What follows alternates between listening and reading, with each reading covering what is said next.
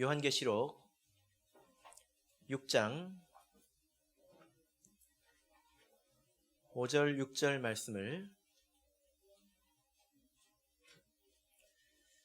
우리 같이 읽겠습니다. 시작.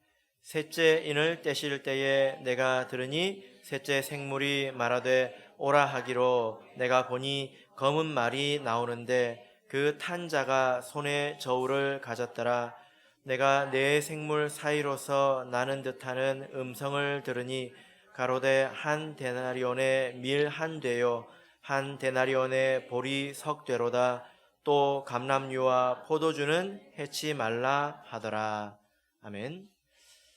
오늘 이 시간은 셋째 인과 검은 말이라는 제목으로 하나님 말씀을 증거하겠습니다.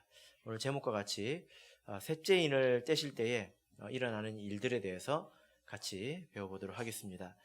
5절을 보니까 셋째 인을 떼실 때에 또 한 마리의 말이 등장합니다. 어떤 색깔의 말이 등장합니까? 검은 말이 나오죠.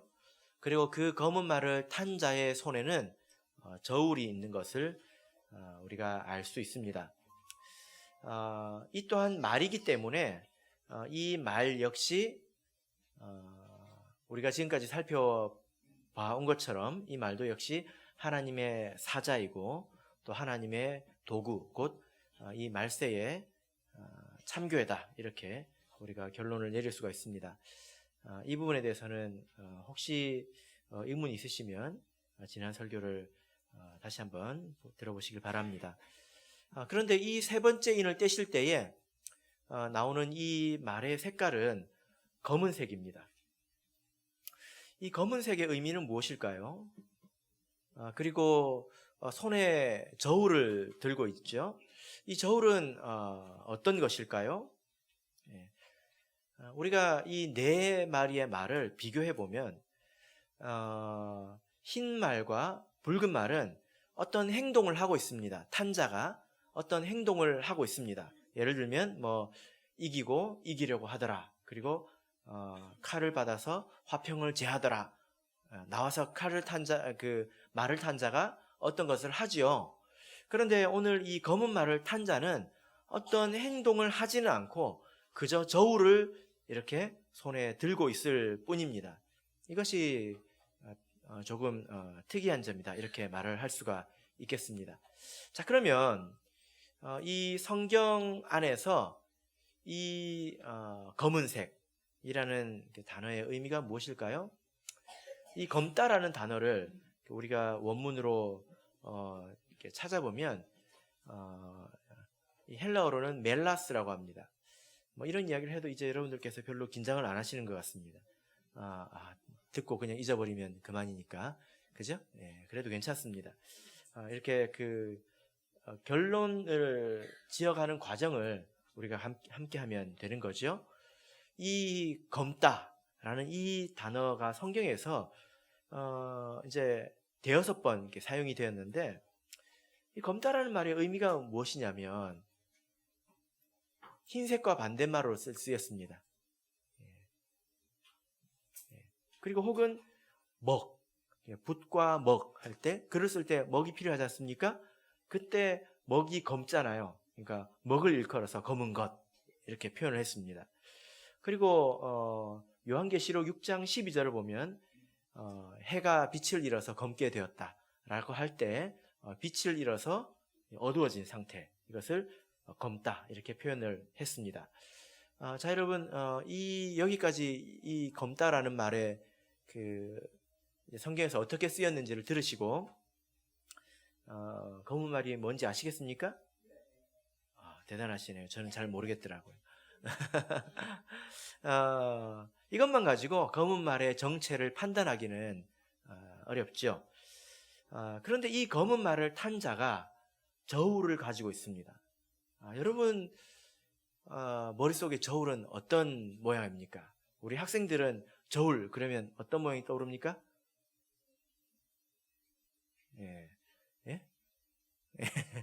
말을 해야지. 손으로 막 그리고 있으면 어떻게 합니까? 마트에 가면 고기를 사거나 채소를 사면 얹어놓는 저울이 생각나십니까? 이 저울이라는 그 단어도 참 재미있는 단어인데요. 헬라어로 쥐고스라고 합니다.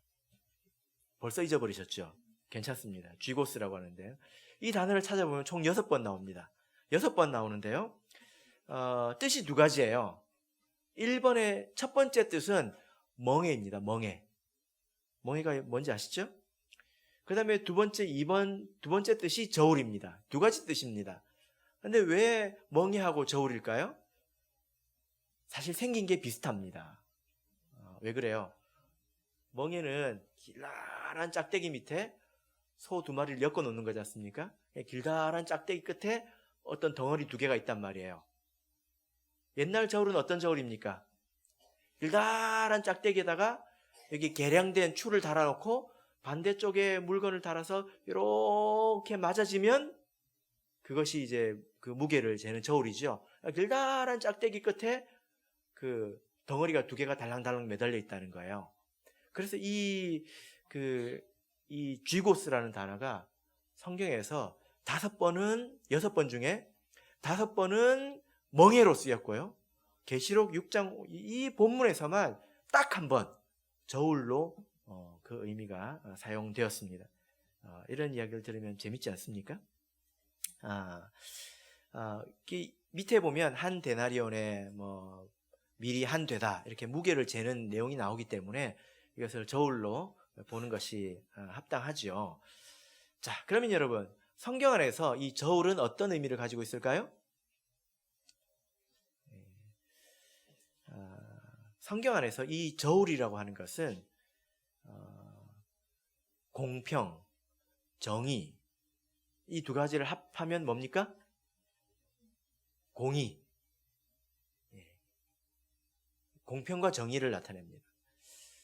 그래서 우리 이렇게 법원이나 이런 데 가보면 어떤 여자가 눈을 가리고 저울을 이렇게 들고 있지 않습니까? 이것은 공평해야 된다는 것입니다. 성경에도 그와 같습니다. 자, 레위기 19장을 보겠습니다. 레위기 19장.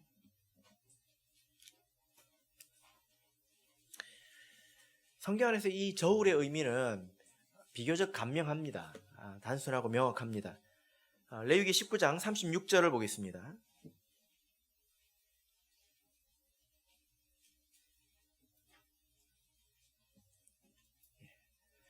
레위기 19장 36절 찾으셨습니까? 자, 그럼 같이 읽겠습니다. 시작. 공평한 저울과 공평한 추와 공평한 에바와 공평한 흰을 사용하라.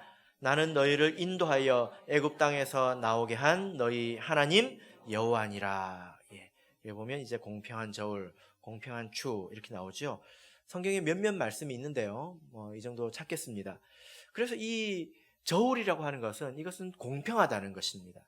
자, 그래서 이 세 번째 인의 시대는 곧 저울의 시대요. 그리고 공의의 시대이다. 이렇게 말을 할 수가 있습니다. 참고로 좀 말씀을 드리자면요. 첫 번째부터 네 번째 인까지 하나를 떼면 말이 한 마리씩 나오죠? 그죠? 근데 이게 우리가 찬송 부를 때 4분의 4박자는 딱 맞잖아요. 그런 것처럼 이 말들도 박자를 맞춰서 딱 나오는 게 아닙니다. 그렇지는 않습니다. 어떤 것은 짧을 수 있고 어떤 것은 길 수 있습니다. 이것은 상대적인 거죠. 그리고 또 하나는 흰 말이 등장하고 나면 그 다음에 어떤 말이 등장합니까? 붉은 말이 등장하죠. 두 번째 인에서. 그죠? 그러면 흰 말은 가버리고 붉은 말이 있느냐? 그렇지는 않습니다. 흰 말이 여전히 달리고 있고 그 다음에 붉은 말이 같이 이렇게 달리는 것입니다. 이제 공존한다는 거예요. 흰 말이 사라지는 것은 아닙니다. 그러니까 의미적으로 보자면 흰 말이 의미하는 것이 복음이 나타나는 것이고 복음이 승리하는 거잖아요. 그죠? 그런데 붉은 말이 등장하면 복음은 여전히 승리하고 또 복음이 퍼져나가고 있지만 한편으로는 화평을 잃어버린 일들이 공존한다는 것입니다. 세 번째 인이 등장하면 어떻게 되겠습니까? 흰 말과 붉은 말과 그 다음에 검은 말이 이제 공존하겠지요. 복음이 승리하고 또 화평을 제하는 이런 일들이 일어나면서 또 한편으로는 공의의 시대가 도래한다는 것입니다. 이것이 간격이 서로 다를 수 있고, 그리고 조금 이따 말씀드리겠지만 이것이 정도가 점점점 심해집니다.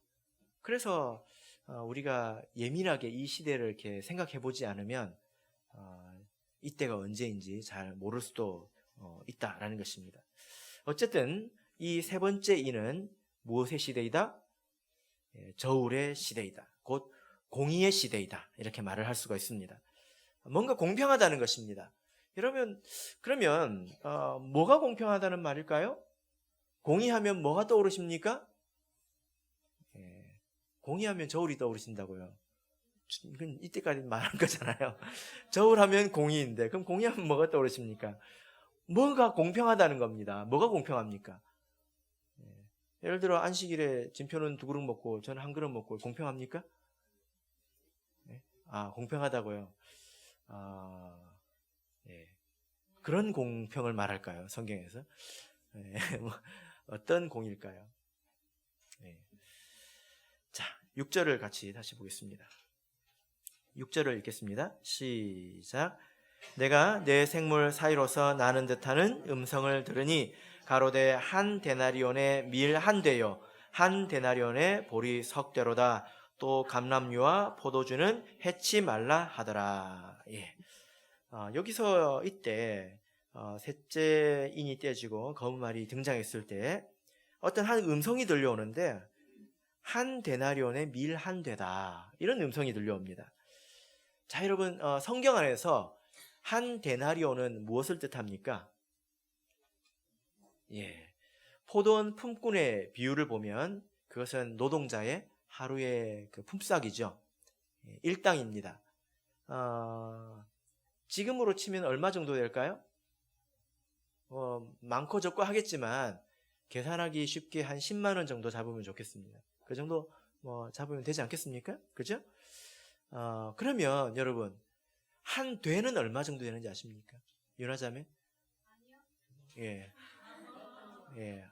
모른다고요.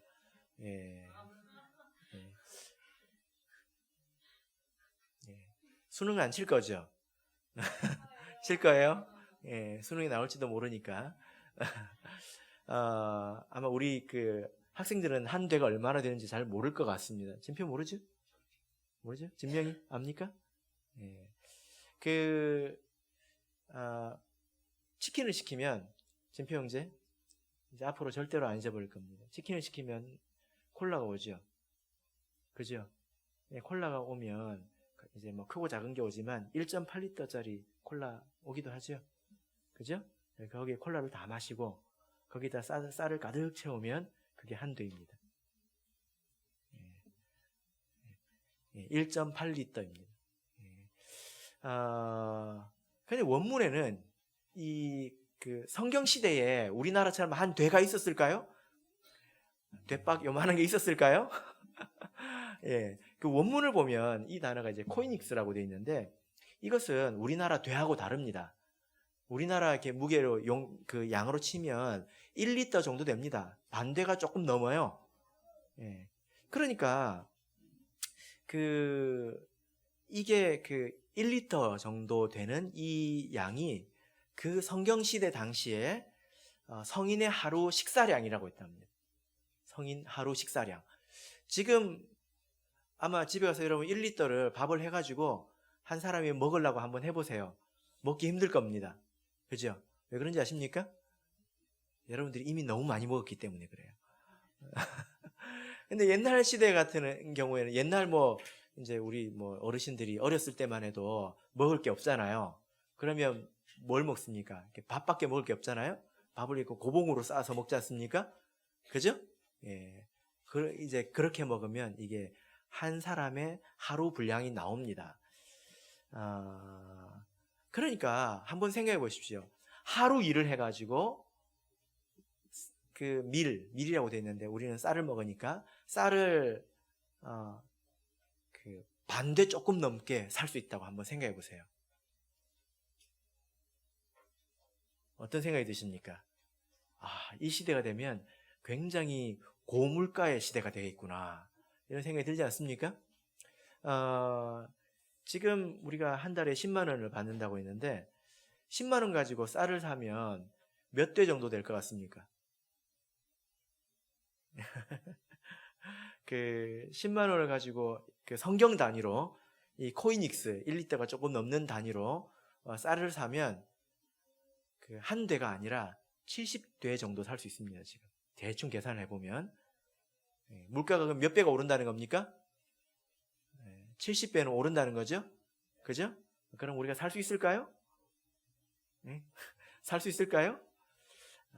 살기가 아주 힘들 것입니다. 그러니까 이것은 이제 물가가 굉장히 높다는 거죠. 자, 그리고 이제 6절을 보시면 보리 석대로다.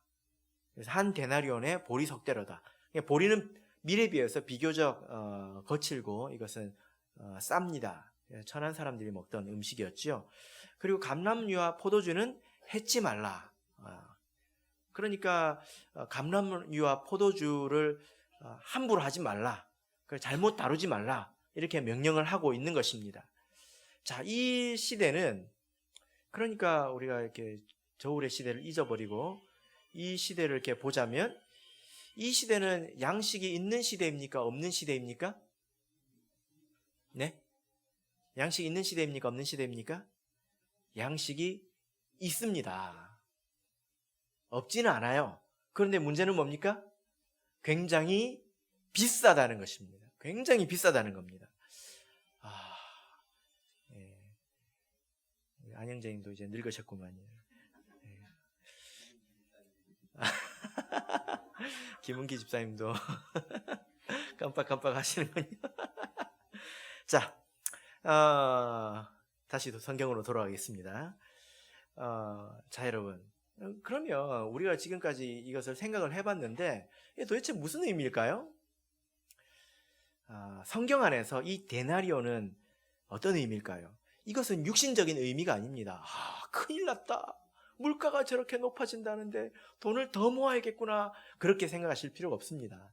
우리가 지금까지 이런 것을 다 육신적으로 해석을 했습니까? 말도 실제로 검은색 흑마가 나오고 그렇게 생각했습니까? 아니죠. 우리가 지금까지 다 영적으로 어떤 시대의 특성을 이해해 왔습니다. 이것 또한 영적이라는 것입니다. 자, 성경 안에서 이 데나리온은 무엇을 의미할까요? 자, 마태복음 20장을 보겠습니다. 마태복음 20장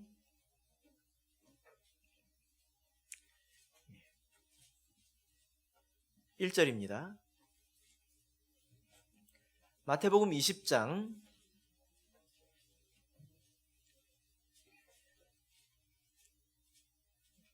1절 읽겠습니다. 시작.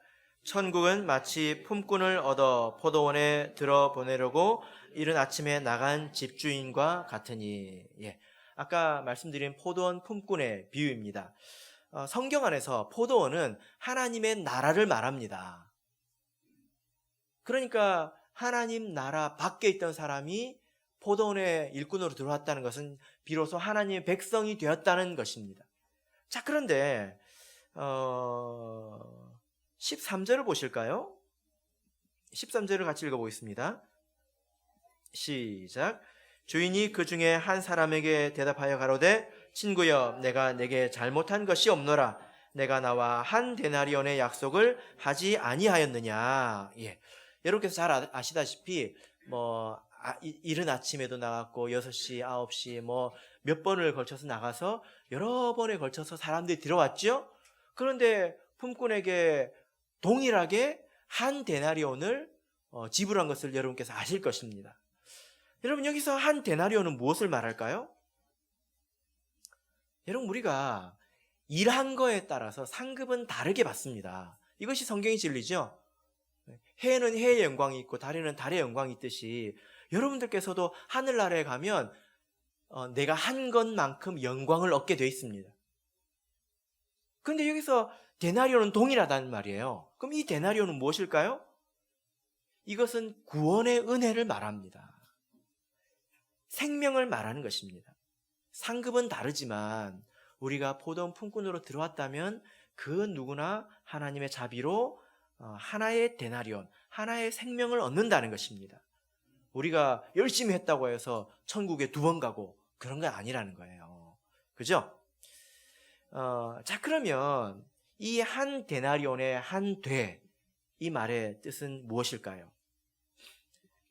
이것은 한 사람이 오직 한 사람을 돌볼 수 있다는 것입니다. 한 데나리온은 사실은 하나의 생명을 말하는 것입니다. 나 하나의 생명을 말하는 거죠. 근데 신앙적으로 이 시대가 되면 한 사람이 다른 사람을 돌봐주는 것이 아니라 자기 자신을 돌볼 수 있을 뿐이라는 것입니다. 그래서 이 시대를 공평한 시대라고 이야기하는 거예요. 한번 생각해 보십시오. 세상에 금수저라는 말이 있죠. 금수저가 무엇입니까? 그 금수저가 무엇입니까?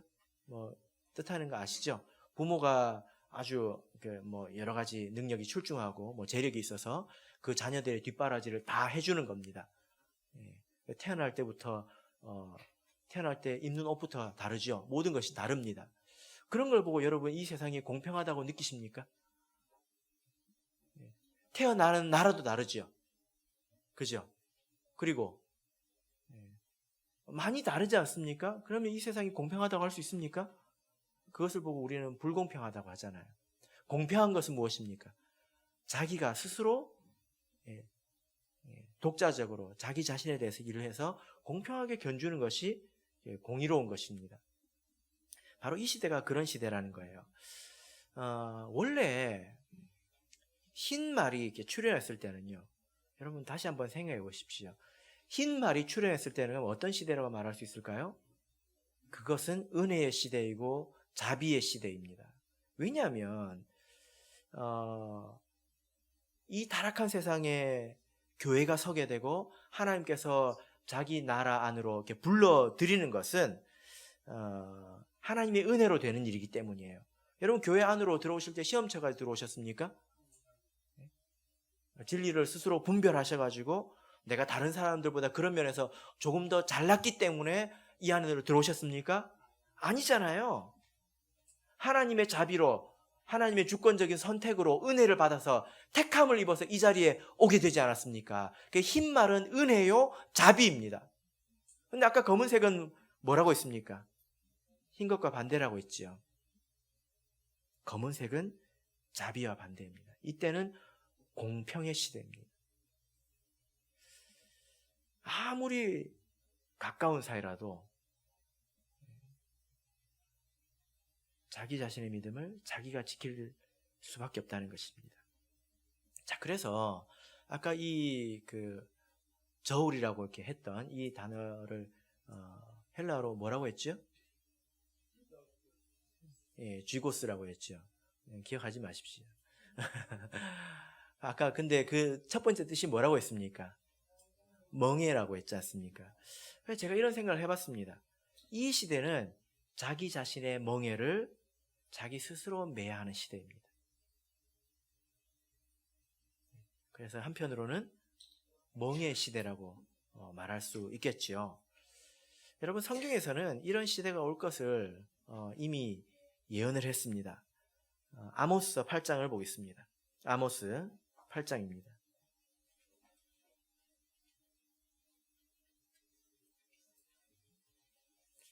아모스 8장 11절을 보겠습니다.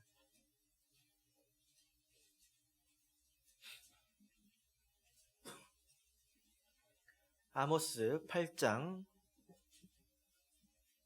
11절 아모스 8장 11절 읽겠습니다. 시작. 주 여호와께서 가라사대 보라 날이 이를지라 내가 기근을 땅에 보내리니 양식이 없어 주림이 아니며 물이 없어 가람이 아니요 여호와의 말씀을 듣지 못한 기갈이라. 여러분 이 말씀을 보십시오. 보라, 날이 이를지라. 이런 때가 온다는 것입니다. 이 때가 언제일까요? 그럼 지금 이미 이런 시대가 아닐까요? 한 사람의 구원을 놓고 생각을 해보자면요. 어떤 한 사람이 교회 안으로 들어왔습니다. 제가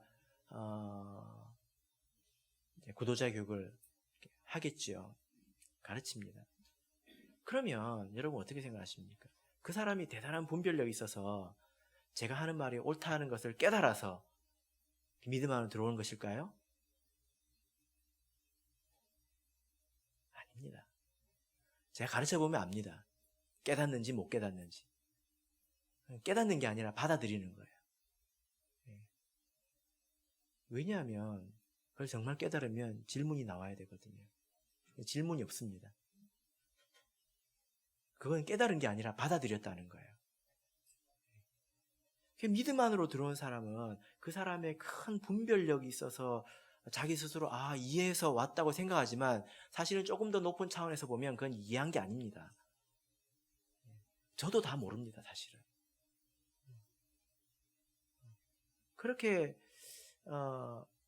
하나님께서 사실 그 사람을 택하시고 그 사람의 마음의 문을 열어주셔서 그것을 받아들이게 하신 것입니다.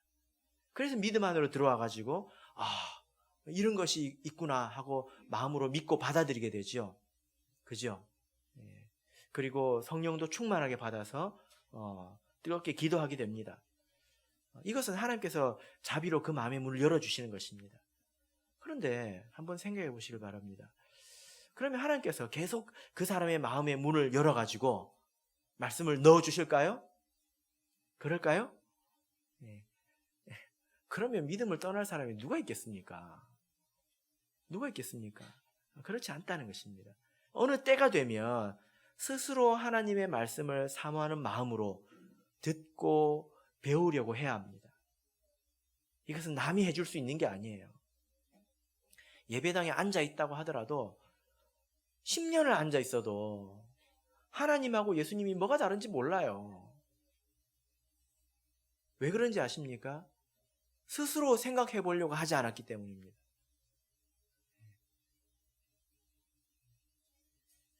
그래서 믿음이 병들고 또 식어지고 이런 일들이 교회 안에 있는 거죠.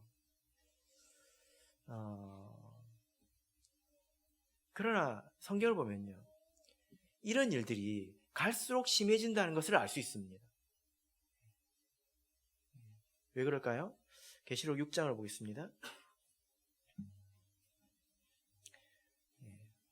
8절입니다.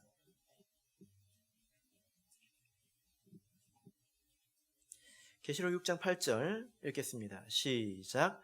내가 봄에 청황색 말이 나오는데 그 탄자의 이름은 사망이니 음부가 그 뒤를 따르더라. 저희가 땅 4분의 1의 권세를 얻어 검과 흉년과 사망과 땅의 짐승으로서 죽이더라. 자, 여러분 여기 보십시오. 여기 보니까 흉년이 나오잖아요. 근데 지금 우리가 다음 시간에 할 내용이지만 넷째 인을 뗄 때의 내용을 잠깐만 보도록 하겠습니다. 여기 뭐 흉년이 나오지 않습니까? 셋째 인하고 사실 내용이 동일합니다. 그런데 지금까지는요, 죽인다는 말은 없었습니다. 넷째 인이 되면 이 흉년 때문에 어떤 일이 생깁니까? 죽는 일도 생긴다는 거예요. 붉은 말이 등장했을 때 서로 죽이게 하고 이런 내용이 나왔습니다. 그때 서로 죽이게 하고는 영적으로 정말 죽인다 이런 뜻이 아니라 미워한다는 뜻이에요. 성도가 성도를, 가족이 가족을 서로 미워하게 된다는 뜻이에요. 지금까지는 그런 일이 있더라도 죽는다는 표현은 없었습니다. 그러나 지금 여기 보니까 어떤 말이 등장했습니까? 죽인다는 거예요. 이런 일들이 갈수록 심해진다는 거지요. 점점 심해진다는 것입니다.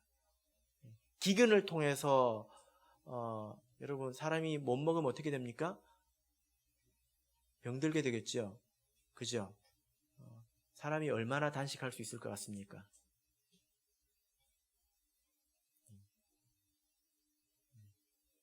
근데 그것이 계속 누적이 되면 죽을 수밖에 없지 않습니까?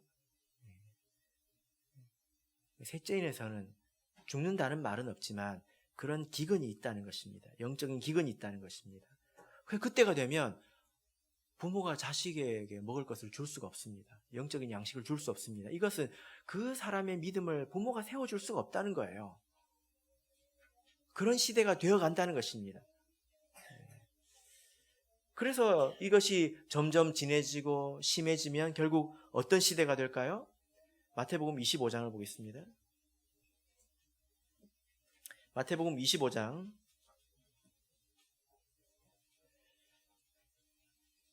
8절 9절을 보겠습니다.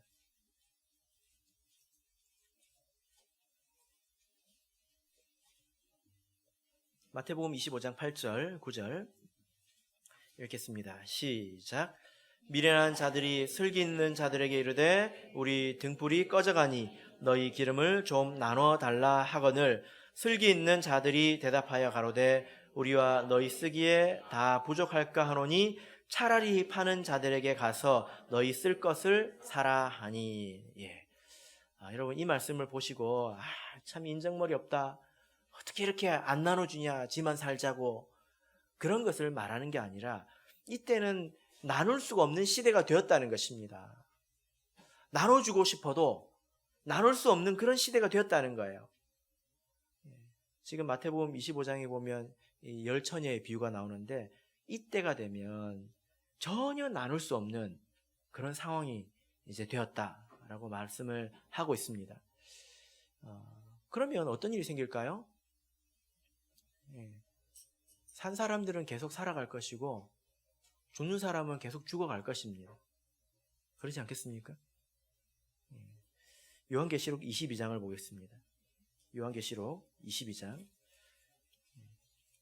그래서 말씀을 들어서 말씀을 가지고 있는 사람들은 22장 11절 먼저 읽겠습니다. 22장 11절 읽겠습니다. 시작. 불의를 하는 자는 그대로 불의를 하고 더러운 자는 그대로 더럽고 의로운 자는 그대로 의를 행하고 거룩한 자는 그대로 거룩되리 하라. 여기 보면 그냥 가만히 내버려둬라 이렇게 말씀하고 있지 않습니까? 전면적으로 이런 것이 이제 찾아오게 되면 어떻게 될까요? 한 사람의 믿음이 더 이상 나아질 수가 없습니다.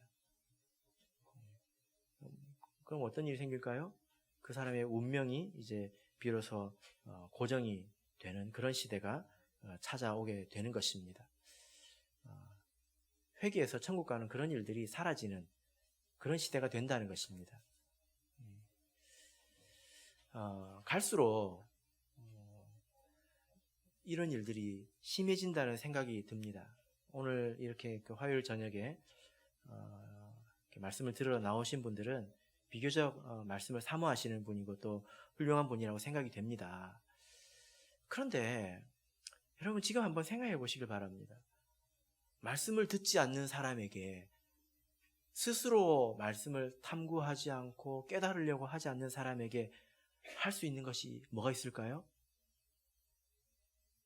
사람으로서 할 수 있는 것이 아무것도 없습니다. 때로는 여러분들께서 느끼실 텐데 자녀에 대해서 무력하다, 무기력하다, 이것을 느끼시는 분들도 있을 겁니다. 그리고 우리 신도의 여러 성도들에 대해서 그저 그냥 그 자리에 있는 사람들에게 할 수 있는 게 없다는 것을 느끼시는 분들도 있을 겁니다. 때로는 저는 이렇게 느낍니다. 사람의 손을 떠났다고 느낄 때가 있어요. 제가 할 수 있는 게 없습니다.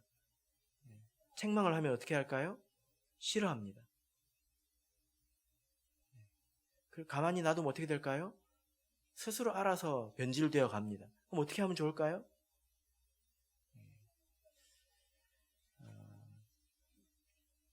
이런 시대가 점점 이렇게 진해져서 기근이 이제 심해져서 그 사람들이 많이 이제 병들면 어떤 일이 생길까요? 이제 그것은 이제 넷째인에서 보게 됩니다. 여러분 혹시 흉년을 겪어보신 적이 있으신지 모르겠는데요. 조선시대 이렇게 흉년, 뭐 오면 뭐 지금 북한에서나 보는 그런 일들이 있죠. 흉년이 오면 그 다음에 찾아오는 게 뭘까요? 예, 다음 시간에 그건 알려드리겠습니다. 자, 그래서 여러분 우리의 태도가 중요합니다.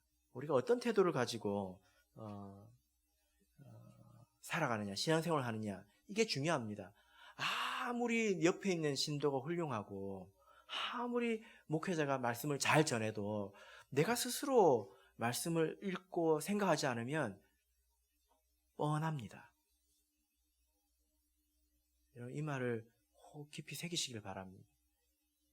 다른 사람들이 아무리 도우려고 해도 내가 스스로 말씀을 주워 담으려고 하지 않고 탐구하지 않으면 뻔합니다.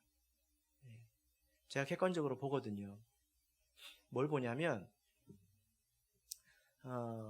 그 사람이 사는 것과 말씀을 대하는 걸 봅니다. 말씀이 어렵다고 그래요. 사실 거짓말입니다. 왜 그럴까요? 그보다 더 어려운 것도 하거든요. 더 힘든 것도 하거든요. 더 복잡한 것도 탐구하고 인내하고 해서 해내는 걸 제가 다 보지 않습니까? 여러분 세상 사는 게 만만합니까? 쉽습니까? 그 정신으로 성경 읽으면 성경이 안 읽어질까요? 그럴까요? 근데 이 차이가 나도 너무 나는 겁니다. 너무 난다는 거예요. 그 정성의 10%라도 내가 하나님 말씀을 읽고 기도하는 데 쓴다면 신앙이 발전 안 할 수가 없습니다. 절대로 발전 안 할 수가 없습니다. 그냥 10%가 뭐예요? 1%도 안 합니다. 그냥 교회 나와서 수동적으로 가만히 앉아 있는 거죠.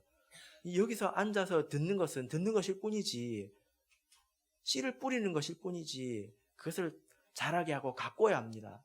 저도 말씀을 읽으면 까먹고 잊어버리고 뒤에 다시 보면 생각이 나고 그러는데 여러분들은 얼마나 더 하겠습니까? 그죠? 그래서 정성이 있어야 된다는 거예요. 스스로 정성 없이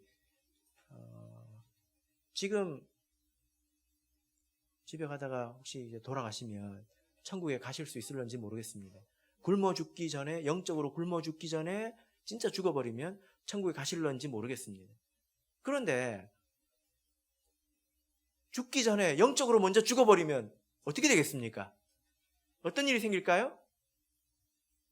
그 사람이 믿음 안에, 교회 안에 남아서 사탄의 일꾼이 됩니다.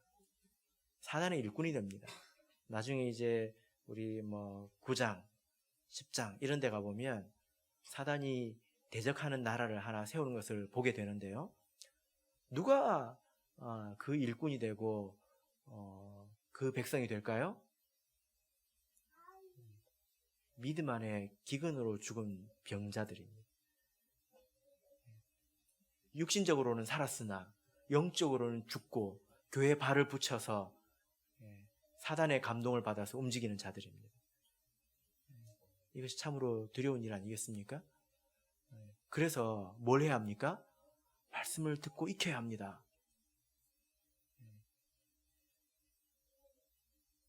그래서 집에서 성경을 읽으십시오. 여러분 성경을 받으셨잖아요. 그러면 기도할 수 있습니다. 그리고 성경을 읽으시길 바랍니다. 그게 안 되면 설교라도 반복해서 들으시길 바랍니다.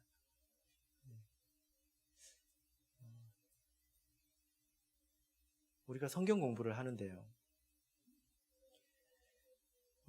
그 정성으로 천국 갈 수 있다면 여러분 와야 되지 않겠습니까? 한번 생각을 해보시길 바랍니다. 성경 공부에 참여하는 정성이 얼마나 됩니까? 일주일이 하루에 24시간이고요. 일주일이 7일입니다. 그 중에 1시간 하고, 그것도 2주에 한 번 하고, 우리 사청부는 일주일에 한 번 하죠. 물론 오가는 시간도 있지만, 그 정도의 정성은 있어야 되지 않을까요? 지금 이미 이런 시대가 되었습니다. 점점 짙어져 가고 있습니다. 바로 이 말씀을 잘 생각해서 스스로 말씀을 익힐 수 있는 그런 성도님들이 되시길 바랍니다.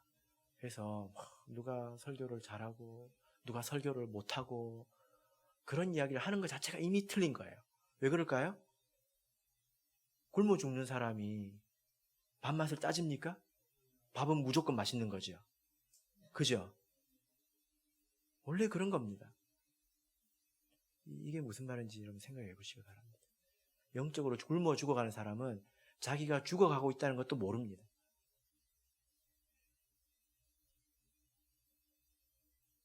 그래서 우리 성도님들뿐만이 아니라 주변에 있는 우리 성도님들도 여러분들께서 깨워서 말씀을 더 듣고 익힐 수 있도록 그런 자리에 동참하도록 여러분